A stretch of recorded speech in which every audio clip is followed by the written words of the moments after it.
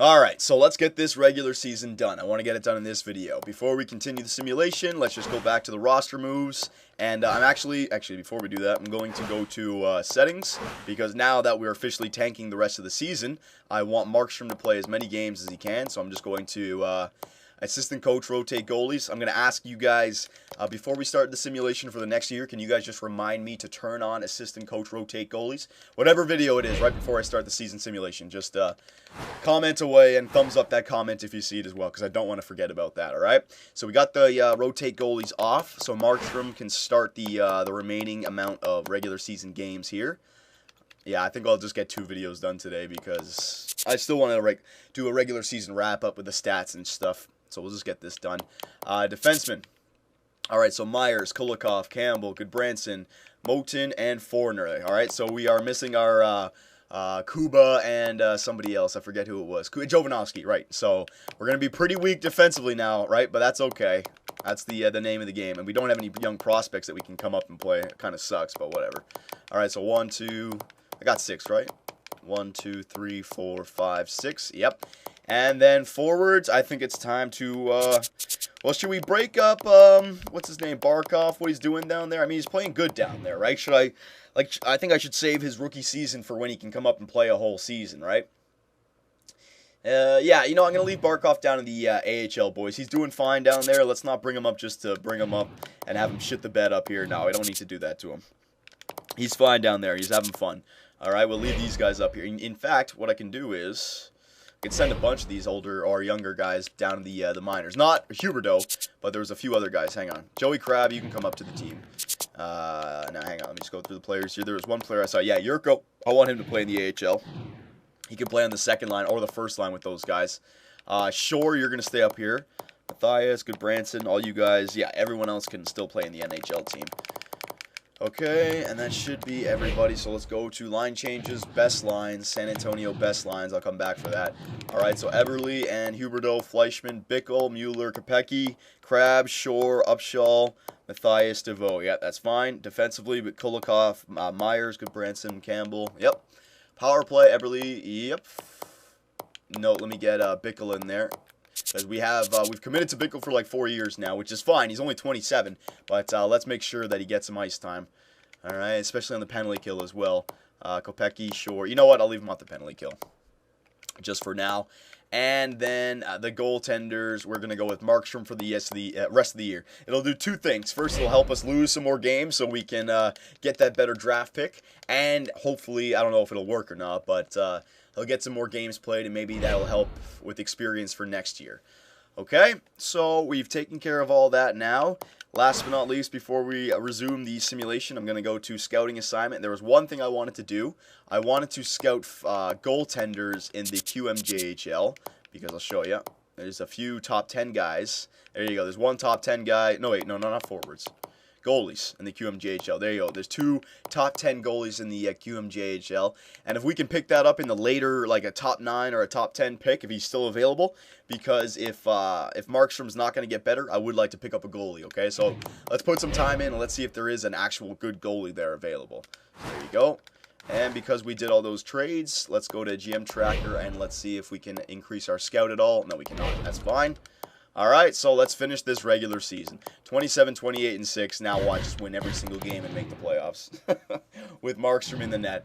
So Jonathan Huberdeau is an 86 overall now. Let's see how good he's going to be playing. He's got 20 goals on the year. So that's already a good season for Jonathan Huberdeau. I already know he's going to get a good bump for next year. But it goes back to what I was saying before about the progress reports. I think the progress reports are just the hot and cold streak for the current year. When they get the jump for next year, they get reset back to their current overall for that season. And then they get the jump based on whatever, their potential, their season stats for the previous year, whatever it be, right? But I don't know. It could also be the other way where it's if he goes into the free agency with that 86 being a hot player, he'll jump to like 94. I've actually seen potentials go up and down, which is crazy. I had my Phil Kessel at in my own Toronto GM mode. I had my Phil Kessel at like 88 overall in year 1, 4.5 gold star, jumped to like 93, 5 gold star player in year 1. I was like, what the hell? He's like a Crosby style player now. It was crazy. So I don't know. I don't know what to expect. I got to play it more just to see the patterns when it comes to players' potential and how they grow in the offseason. I just got to play it more to figure it out. All right, so 30 regulation wins, 33 regulation losses. Don't worry about it, boys. It was a good first year here in Quebec City. I think the Quebec City fans, they know that this team is a young team. It's getting better, all right? I mean, look at the Winnipeg Jets, their first year. Even though they didn't make the playoffs, their teams and their city still love them. That's what the atmosphere is like here in Quebec City right now. They're going crazy, all right? All you hear in the fans is, ole, ole, ole, ole. Every time we win, I love it.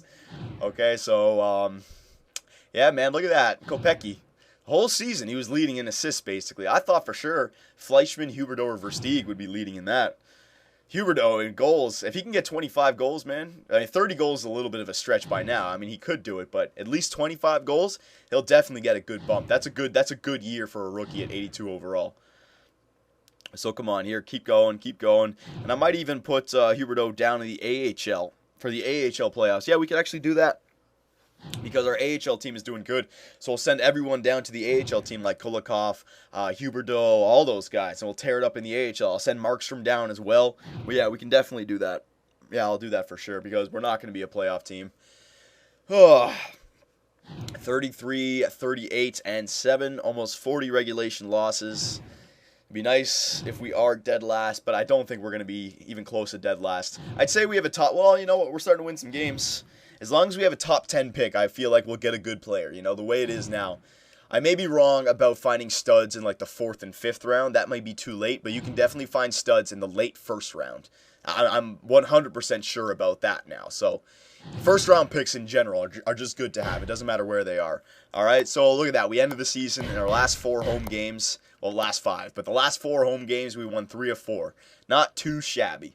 All right, so 36, 38, and 8. Not a bad first year here in the Quebec City. Let's see where we are in the Eastern Conference. Division C, 80 points, so 3rd in Division C, or 3rd last in Division C, and 3rd last in the Eastern Conference, okay? Look at that damn Division D. Jesus, that's stacked up. And I want to actually show you guys some of the crazy things that can happen with these new divisions. Teams with points more than other teams that don't make the playoffs. It's crazy sometimes, I've seen. So hang on, let me just compare them over here. So we're everyone in Division B beat us as well, and LA and Anaheim, they are tied or less than us. So we 1, 2, 3, 4 top 5 pick, it looks like. All right, so 5th overall pick or 6th overall pick at least. So that's good. And Detroit's, they are 2nd in Division C, so we don't have to worry about Detroit's pick. All right, so let's just simulate up into the playoffs. Let's just get the playoffs underway. So every other team plays their final game. I want to just see what's it called? Yeah, we're still in the regular season. Hang on, let's just get to the playoffs. I just want to see the standings for you guys. There you go. So stop the simulation. I wanted 38 wins, and you only got 36. This isn't acceptable. Yeah, shut up. I think we had a pretty good year, and you saw the trades that I made. Give me a freaking break. All right, so let's do a final wrap-up of the season here. Our first year with NHL 14 and the Quebec City Aces. So watch this, right? The Western Conference, if we sort by points, right? The teams with Z beside their name clinched the conference, Y clinched the division, and X clinched the playoff spot. So Phoenix clinched their conference and their division. That's why there's only one Y. Winnipeg, the other division. And then all these teams with playoff spots. Now hang on, let's see if we can find something that shouldn't have happened. All right, no, so everything worked out well in the Western Conference, right? 85 points and less didn't make the playoffs. But Eastern Conference, let's see this now. All right, all these guys, yep. And now look at the Rangers. The Rangers, Tampa Bay, Pittsburgh, Montreal, and Philadelphia all had enough points that if they were in the Western Conference, they might have made it in. I mean, look, the last place team, San Jose, 87 points. Minnesota, 87 points. Calgary, 89. St. Louis, 89, right? And then you go to the East, and look at all these teams that missed out. 92, 91, 89. Like, it's crazy, right? I've even seen it where in the same division, like, team will have 94 points, not made it in, and a team with, like, 90 points will make it in. It's crazy sometimes. But I guess that's just the new alignment. That's what you got to do. So let me go back to entire league here. Points in the entire league, we were, yeah, all right, so there you go. It's from the top down. 1, 2, 3, 4, 5th worst. All right, so we're getting that top 5 pick unless somebody wins the lottery. All right, so goals for per game. we were 26th in the NHL, so we're not scoring enough goals. Goals against per game, 16th. So, technically, if we just had some more goals, our goals against wasn't horrible, like mid-league. That wasn't great, but it wasn't as bad as our goals against, or goals for. That's all I'm saying. Power play percentage, dead last, all right? So there it is right there. Penalty kill percentage, 8th. So you see what I mean? We actually defensively, that's what I was talking about, our defensive core and Brizgalov. It was serviceable. It's just that we could not score enough goals, which makes sense with that team. Home record, night. Look at that. We were actually above 500 for our home ice fans. So they had a good year there in Quebec. They had enough wins. Last 10 games, 5-3-2. Okay, so there's the season standings. We will go to the player stats for the season now. This will be the last screen that we show. I think I'll definitely do maybe just a 20-minute video and this maybe like a 10-minute video just to get it up. Whatever, though. All right, so forwards. Kopecky, what did I say about this guy? This is why I want to hold on to him for next year. You never know. This guy is a serviceable player who can get it done and can help out those rookies. So 62 points in 82 games. That's great for a second liner. I mean, that's outstanding. Eberle, so remember when we traded for him, he only had 1 goal. He ended up getting 22 goals in how many games, right? So he had a good year. Just wait till him and Huberdeau really get going. Huberdeau, what a great year for him. He's going to jump for sure. Mueller, great year with Kopecky. I can't complain about Mueller. And Fleischmann, again, serviceable year for Fleischmann, 50 points. After that, it does trail off. Bickle's points came from Chicago. You can't really talk about that. Shore, Upshall, Matthias, DeVoe, yeah, no depth goal scoring. And Versteeg for the first bit, he didn't help out at all. Kulikov, 41 points. Campbell, 35. Meyer. So Campbell was still a serviceable player. That's why I held on to him. He can help Huberdeau get some more points for next year, right? That's why offensive defenseman, that's the one thing I don't have. So I don't want to trade him away if we're still paying $3 million for the next 3 years. I mean, come on. No. And goaltenders, Brizgalov, 2.42. Goals against average, pretty high. His record, though, 24-19-1. That's decent for Brizgalov, man. And a save percentage of 92.22. So I'm going to say it right here. There was nothing wrong with Brizgalov this year. It's just that we did not score enough goals. And Markstrom didn't come in and help us get, like, if Markstrom was above 500 as well, right? But at least we gave him some more games played there towards the end of the year. Okay, so there's goalies, and I'll start to get into this a little bit more. We'll go for forwards, and we will go the NHL, just so you guys can see everything. Goal-scoring leader, Gabrick with 44, Bobby Ryan 40, Ovechkin, Hall, Stamkos, Umberger. Okay, Gabrick must really be jolting his game skill, I guess. Landy and Skinner, most assists. Backstrom, Datsuk, Spezza. All right, all these guys, and the most points. See what I mean about point-of-game players? Look at all these guys. Jesus. Gaborik, Backstrom, Datsuk, Spezza, Hossa, Ovechkin, Zetterberg, Taves, Crosby. See what I mean? They do. Even though Crosby should have like 100 points, whatever. It's not like seeing in NHL 12 Crosby with 62 points, right? It's a lot better. So that's cool. And then defenseman, let's see. Most goals for defenseman, Carlson. Hedman, he's up there with 14. And points, Roman Josi. Jesus. Jeez, 58 freaking points. That's a lot. And goaltenders, goals against average. Let's see. Brodeur, Reimer, Bernier the best, basically, because 45 games played. Wins. Let's see this. Anderson with 28.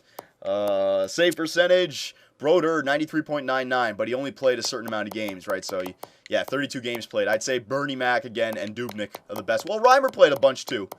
All right, shutouts. Let's see this. Mike Smith with 8. And, yeah, that's about it for goalies. Save percentage, that's what I wanted to do. So, yeah, see what I mean about Brizgalov? I mean, 92 point whatever it was. He's up there. Right, where is he? I think he's up here somewhere. Yeah, he was 92. Maybe he's not in here because he didn't play enough games. No, not Brizgalov. Yeah, Brizgalov. What am I talking about? There you go. See what I mean? For save percentage, Brizgalov was one of the best goalies in the NHL. I could care less. All these other guys above him. Let's see. Yeah, less games played. So you can take those guys off the list. Less games played. Those guys don't count. Only the starting goalies, all right? So there you go. Year 1, we've wrapped it up. But now we can follow our AHL team throughout the playoffs and then get to the draft and figure out what we're going to do in the offseason. So the next video, I think we'll take care of the AHL and the draft. So if you guys have any opinions on anything, let me know, and I will see you guys in the next video.